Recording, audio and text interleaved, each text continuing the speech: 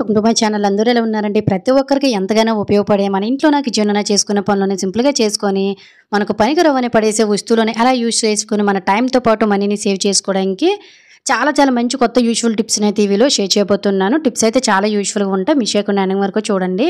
ఇంకా first tip అనేది తెలుసుకుందాం. ప్రతి ఒక్క ఆడవారికి కూడా టిప్ చాలా బాగా యూజ్ అవుతుందండి. మనము నెలసరి అయ్యేటప్పుడు అంటే పీరియడ్ అయ్యే టైంలో మనకి విపరీతంగా కడుపు నొప్పి వచ్చేసి చాలా ఇబ్బంది పడుతూ ఉంటాం కదండి. కొంతమంది అయితే అసలు లేవలేని పరిస్థితిలోకి వెళ్ళిపోతుంటారు. ఇంకొంతమంది అయితే పెయిన్ కిల్లర్స్ లాంటివి గట్టా వాడుతూ ఉంటారు. ఇవి హెల్త్కి అంత మంచిది కాదండి. మనము పీరియడ్స్ అయ్యేటప్పుడు ఇలా మనకి ఈ పెయిన్ అనేది రాకుండా ఉండాలంటే మన కిచెన్లోనే ఒక మంచి చిట్కా అయితే ఉందండి. సో దానికోసం ఇలా ఒక స్పూన్ మెంతులు అనేవి తీసేసుకొని ఒక బౌల్లో వేసుకొని ఒక 2 గ్లాసులు వాటర్లు పోసేసుకొని చక్కగా స్టవ్ మీద పెట్టేసుకొని ఇలా ఒక గ్లాస్ వాటర్ అయినంత వరకు కూడా మరిగించుకోండి. మెంతులు అనేవి మనకి పీరియడ్ టైంలో వచ్చే పెయిన్ తగ్గించడానికి, వెయిట్ లాస్ అవ్వడానికి, అలాగే ఒంట్లో ఉండే వేడిని తగ్గించడానికి కానీ, అలాగే బీపీ షుగర్ ఎవరికైతే ఉందో దీన్ని రోజు కూడా ఒక గ్లాస్ తీసుకున్నట్లయితే బీపీ షుగర్ అనేది కంట్రోల్లో ఉంటుంది. వెయిట్ తగ్గాలనుకునే వారు వెయిట్ అనేది తగ్గుతారని, ముఖ్యంగా పీరియడ్ టైంలో 3 రోజులు మనం తాగినట్టయితే ఈ పెయిన్ అనేది రాకుండా ఉంటుంది. ఖచ్చితంగా ట్రై చేయండి, చాలా యూజ్ఫుల్గా ఉంటుంది. ఇంకా సెకండ్ టిప్ అనేది తెలుసుకుందాం. నార్మల్గా మనం వాటర్ అనేవి తాగే వాటర్ బాటిల్స్ అనేవి ఎందుకో తెలియదు కానీ విపరీతమైన స్మెల్ అనేవి వచ్చేస్తూ ఉంటాయి కదా. ఒక్కొక్కసారి ఎంత క్లీన్ చేసినా కూడా ఆ స్మెల్ పోదు. కొంతమంది సర్ఫ్లు షాంపూలు వేసేసి క్లీన్ చేసేస్తూ ఉంటారండి. వీటిలో కెమికల్స్ ఉంటాయి కాబట్టి సర్ఫ్ లాంటివి షాంపూలు లాంటివి అస్సలు వేయకూడదు. ఆ స్మెల్ కూడా అస్సలు వదలదు. మరి అలాంటప్పుడు ఏది వేయకుండా ఈజీగా ఎలా క్లీన్ చేసుకోవాలి, ముఖ్యంగా ఈ జంగు పట్టకుండా బ్యాడ్ స్మెల్ రాకుండా ఉండాలంటే బాటిల్ను ప్రతిరోజు ఇలా క్లీన్ చేసుకుంటే సరిపోతుందండి. మీ దగ్గర ఉంటే 1 టీ స్పూన్ వరకు రాళ్ళ ఉప్పును వేసుకోండి. రాళ్ళ ఉప్పు లేకపోతే సాల్ట్నైనా వేసేసుకొని కొంచెం నిమ్మరసాన్ని పిండుకోండి. అలాగే కొన్ని వీలుంటే గోరువెచ్చటి నీళ్ళు కూడా వేసుకోండి. లేదంటే నార్మల్ వాటర్నైనా వేసేసుకొని మనం ప్రతిరోజు రెగ్యులర్గా వాడే బాటిల్సే కాబట్టి రోజుకి ఒక్కసారైనా లేదంటే 2 రోజులకు ఒక్కసారైనా కూడా ఖచ్చితంగా ఇలా కొంచెం సాల్ట్ నిమ్మరసం వేసేసి వీడియోలో చూపిస్తున్న విధంగా కిందకి పైకి ఈ విధంగా షేక్ చేసామంటే సాల్ట్ గరుకు వల్ల మనకి లోన వైపు ఉండే జంగు కానీ మురుగు కానీ మొత్తం పోతుంది. నిమ్మకాయ వల్ల బాటిల్స్ అనేవి బ్యాడ్ స్మెల్ రాకుండా మంచి ఫ్రెష్గా ఉంటాయండి. ముఖ్యంగా మనకి ఈ బ్యాక్టీరియా అనేది ఫామ్ అవ్వకుండా ఉంటుంది. బాటిల్స్ అనేవి ఎప్పుడు కూడా శుభ్రంగా ఉండాలంటే సింపుల్గా క్లీన్ చేసి పూర్తిగా ఆరిన తర్వాత వాడుకుంటే చాలా మంచిది. హెల్త్కి కూడాను యూజ్ అవుతుందంటే ట్రై చేయండి. ఇంకా నెక్స్ట్ ఇప్పుడు అనేది తెలుసుకుందాం. నార్మల్గా మనకి ఇంట్లోన ఏవో ఒక ఓల్డ్ అయిపోయిన గాజులు ఉంటే ఎందుకు పనికిరమని పడేస్తూ ఉంటాం కానీ వీటితో కూడాను అందమైన కాస్ట్లీ దియాని అయితే చేసేసుకోవచ్చు అనమాట. సో దీనికోసం మీకు నచ్చిన గాజులు ఏవైనా కూడా ఒక 3 తీసుకోండి. ఆ తర్వాత కొంచెం దలసరిగా ఉండే అట్ట ముక్కను కానీ పేపర్ని కానీ ఈ విధంగా తీసుకొని పెన్నుతో వీడియోలో చూపిస్తున్న విధంగా మార్క్ చేసేసుకొని దీన్ని చక్కగా కొంచెం లెంత్ అనేది ఎక్స్ట్రా ఉంచేసుకున్నట్టు కట్ చేసుకుంటే సరిపోతుంది అనమాట.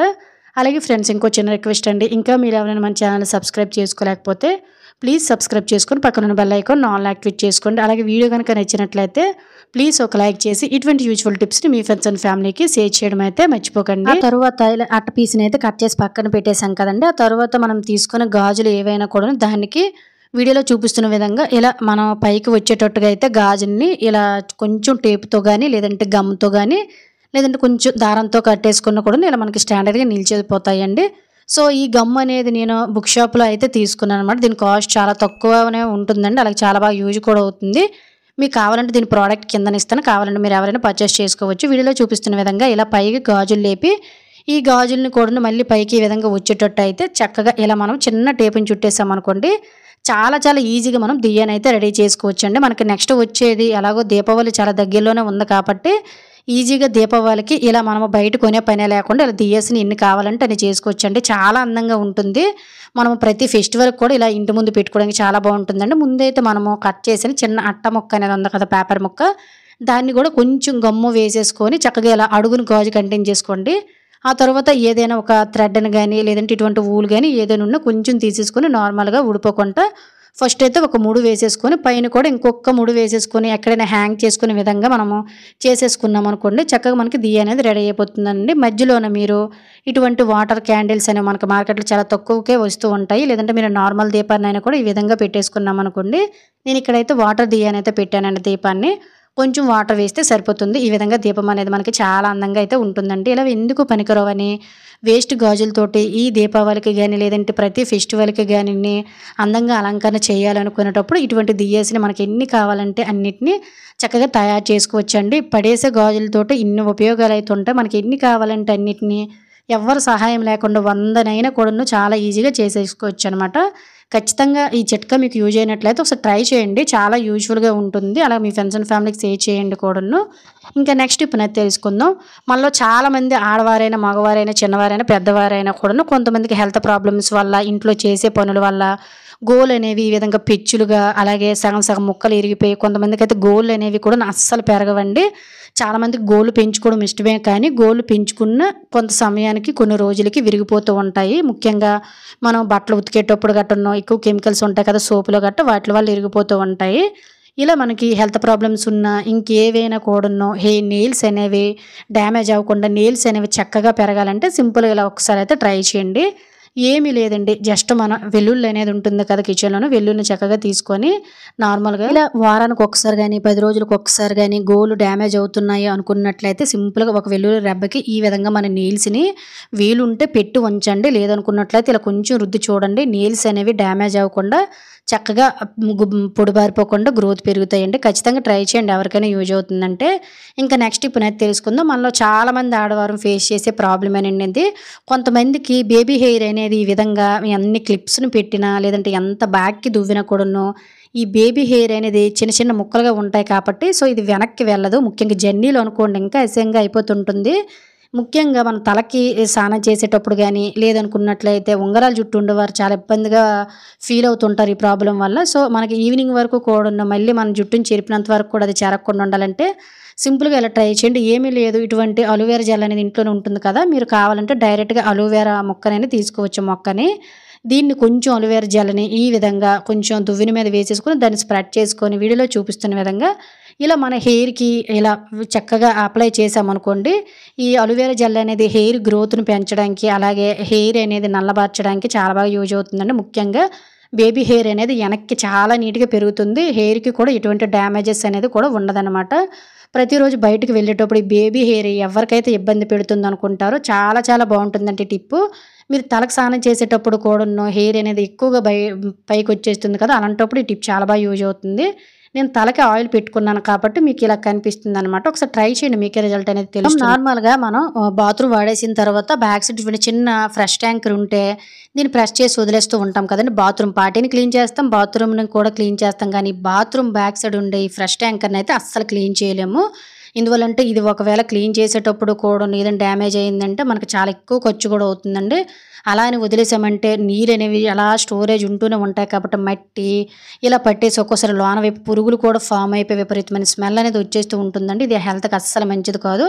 ఒక్కొక్కసారి బాత్రూము ఎక్కువగా బ్యాడ్ స్మెల్ రావడానికి కారణం కూడా ఈ వాటర్ వల్ల అనమాట. సో, అలాంటప్పుడు దీన్ని ఈజీగా మురుకు పట్టకుండా ఎలా క్లీన్ చేసుకోవాలనేది తెలుసుకుందాం. ఆల్రెడీ మా బాత్రూమ్‌లో ఉండే ఒక ఫ్రెష్ ట్యాంక్ అనేది చూపించాను కదండీ. ఆ తర్వాత ఒక కాటన్ క్లాత్‌ని గానీ లేదంటే కిచెన్‌లో ఉన్న ఇటువంటి కాటన్ కవర్స్ అనేవి ఉంటాయి కదా! వాటిని చిన్న పీస్‌ని కట్ చేసుకొని వీడియోలో చూపిస్తున్న విధంగా ఇలా స్టిక్‌కి సెట్ చేసేసుకొని ఆ స్టిక్‌కి ఉండే ఆ క్లాత్ అనేది వీడిపోకుండా చక్కగా రబ్బర్‌తో కట్టేసుకొని ముందు ఫ్రెష్ ట్యాంకర్‌ని ఈజీగా ఎలా క్లీన్ చేసుకోవాలనేది అయితే తెలుసుకుందామండి. కొంచెం అంటే కొంచెం బేకింగ్ పౌడర్ వేసానండి. మనకి ఫంగల్స్ లాంటివి గట్టా పోతాయి. అలాగే మురికి ఏదున్నా పోతుందనమాట. మురుకు లాంటిది గట్టను. ఆ తర్వాత కొంచెం నేను విమ్ లిక్విడ్ వేసాను. మీరు కావాలంటే షాంపూని కూడా వేసుకోవచ్చండి. ఈ విధంగా కొంచెం పొడుగుగా సన్నంగా ఉండే కర్రకి ఈ క్లాత్ కట్టేసాం కదా! దీంతోటి వీడియోలో చూపిస్తున్న విధంగా చాలా అంటే చాలా స్లోగా ఎక్కడెక్కడైతే ఈ జంగు, మురికి అనేవి పట్టేసాయో అక్కడ చాలా నెమ్మదిగా క్లీన్ చేసుకోవాల్సి ఉంటుందండి. ఒకవేళ దేనికైనా తగిలి రిపేర్ వచ్చిందంటే చాలా ఇబ్బంది పడవలసి ఉంటుంది కాబట్టి మనమే. సో, చాలా ఈజీగా చాలా నెమ్మదిగా క్లీన్ చేసుకుంటే సరిపోతుంది టైం పట్టినా కూడాను. మనకు ఆటోమేటిక్‌గా వాటర్‌లోన ఇసుక, మట్టి అనేది ఉంటుంది కాబట్టి జనరల్‌గానే అందరూ ఫ్రెష్ ట్యాంకర్‌లో కూడాను ఈ విధంగా మనకి ఖచ్చితంగా మురికి అనేది చేరిపోతుందండి. చివర్లతో సహా ఫంగల్స్‌లా ఫామ్ అయిపోతుంది. ఖచ్చితంగా మనము దీన్ని 15 రోజులకు ఒక్కసారి గానీ, నెల రోజులకు ఒకసారి వీలుంటే క్లీన్ చేసుకుంటే ఫ్రెష్ ట్యాంకర్ వల్ల మనకి ఎటువంటి ప్రాబ్లమ్స్ అనేది ఉండదు. ఆల్మోస్ట్ ఇక్కడ నేనైతే 90% అయితే వాటర్ తోటి చక్కగా నీట్‌గా క్లీన్ చేసేసానండి. తర్వాత మనకి ఈ వాటర్ అనేది బయటికి పోతుంది కాబట్టి తర్వాత ఫ్రెష్ వాటర్ అనేది వస్తుంది. ఇలా ఎప్పటికప్పుడు క్లీన్ చేసుకుంటే ఇది జంగు, మురికి కూడా ఏమీ పట్టదనమాట. సో, మనకసల ఇది అప్పుడప్పుడు కూడా క్లీన్ చేసుకోకుండా అసలు మనం చెయ్యి పెట్టకుండా దాని మనాల అదే ఆటోమేటిక్‌గా క్లీన్ అయిపోవాలి అనుకున్నట్లయితే సింపుల్‌గా ఇలా ట్రై చేయండి. చాలా బాగా యూజ్ అవుతుందనమాట. అసలు ఆ బాక్స్‌లో మురికి కూడా పట్టదు. సిల్వర్ ఫాయిల్స్ అనేవి ఉంటాయి కదండీ! సిల్వర్ ఫాయిల్ అనేవి మనకి మార్కెట్‌లో అవైలబుల్‌గా ఉంటాయి. దీన్ని వీడియోలో చూపిస్తున్న విధంగా చిన్న చిన్న పీసెస్‌గా ఒక 4 గాని, 5 గాని ఒక బాల్స్‌నైతే తయారు చేసుకోండి. ఇవి చాలా హార్డ్‌గా ఉంటాయి కాబట్టి ఇవి మనము బాత్రూమ్‌లో వేసేటప్పుడు కూడాను మురుకు చేరనివ్వకుండా ఆటోమేటిక్‌గా డైలీ అదే క్లీన్ చేసేస్తుందండి. వీటిని తీసుకొని వెళ్ళి మనము ఫ్రెష్ ట్యాంక్‌ని ఎప్పుడు కూడా నీట్‌గానే ఉంచుకోవాలి. నేను పైన సోప్ బాక్సులు పెట్టేటప్పుడు కూడా ఎప్పటికప్పుడు క్లీన్ చేసుకుంటూ ఉంటాను.